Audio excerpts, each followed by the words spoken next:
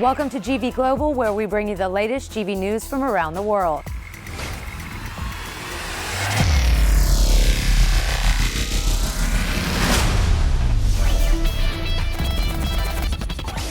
This week, we want to dedicate the first segment of our race report to the Kawasaki Puccetti racing team as they celebrate probably the best weekend in the history of the squad. The race in France on the circuit of Magny-Cours saw the first ever race win for Toprak Razgatlioglu in the top class. And the victory is even more special considering the way it came for the Turkish talent. Despite qualifying with the fastest time, Toprak was only able to score a 16th place after a wet Superpole session, good for a 6-row start. But he would not be denied this time, and at the beginning of the race 1, he started pushing like a madman. His progression was incredible, 7th at the end of lap 1 and 3rd at the end of lap 7. But he knew he had much more in his tank, so he kept pushing until he was able to catch Ray on the last lap, making the pass for the win with just a few turns left. It was memorable, a comeback that even the TV commentators called the best of the year so far. Unfortunately, Razgatlioglu crashed in a collision with Bautista in race 2 on Sunday, but not before winning the Tissot Superpole a few minutes earlier, making it 2 for 3 wins. Team Puccetti was also able to put their seal on the French weekend thanks to Lucas Mahias, who won his first race of 2019 at the home Grand Prix in the World Supersport class. The last 2 races of MotoGP in Spain and Thailand yielded a 2nd and a 4th position for Andrea Dovizioso. The factory Ducati rider put together a great comeback at Aragon after starting from the 4th row.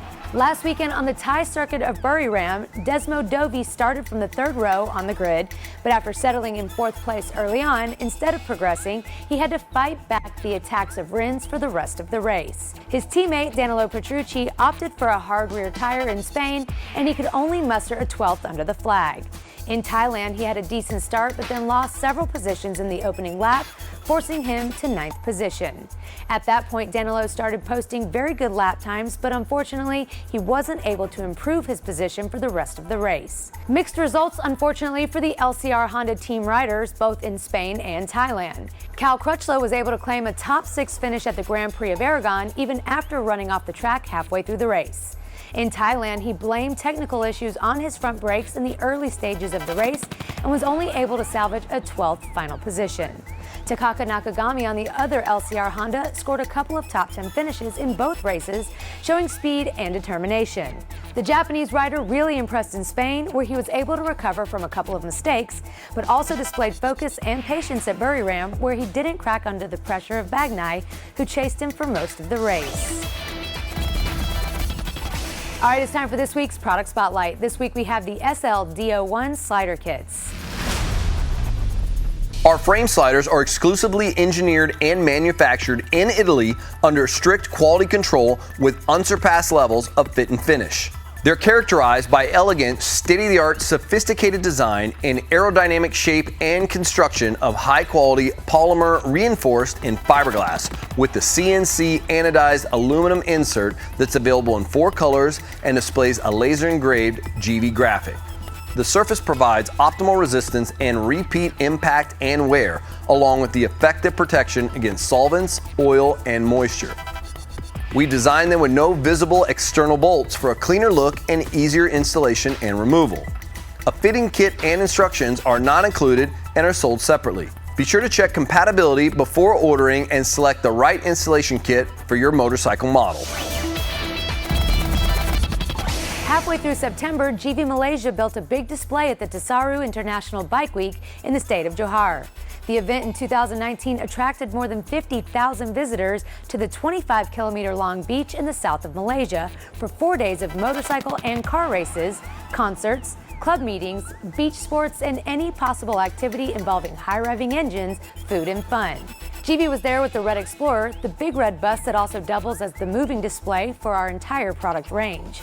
We also showcased one of the vehicles that took part in our recent Givi Explorer Malaysian adventure, the unique Honda X-Adventure scooter, fully equipped with Givi products and decorated with one-of-a-kind graphics.